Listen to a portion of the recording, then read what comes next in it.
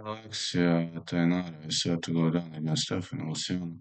Alexia Tainara defeated Loma Boone and Molly McCann, and then White Contender Series she dominated Rose Conceição. Great submission game, and you've seen what happened to majority of chicas, and here is a parody. She got submitted by Bruna Brazil, who is a striker. And Stephanie Luciano, 7-1, having the record 5 with 665.5 inches of reach.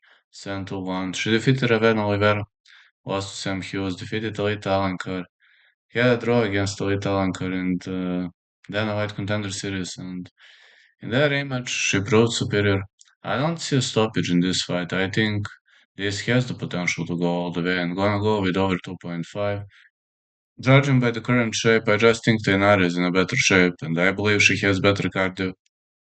So I'd go with Tainara decision, but official prediction over 2.5.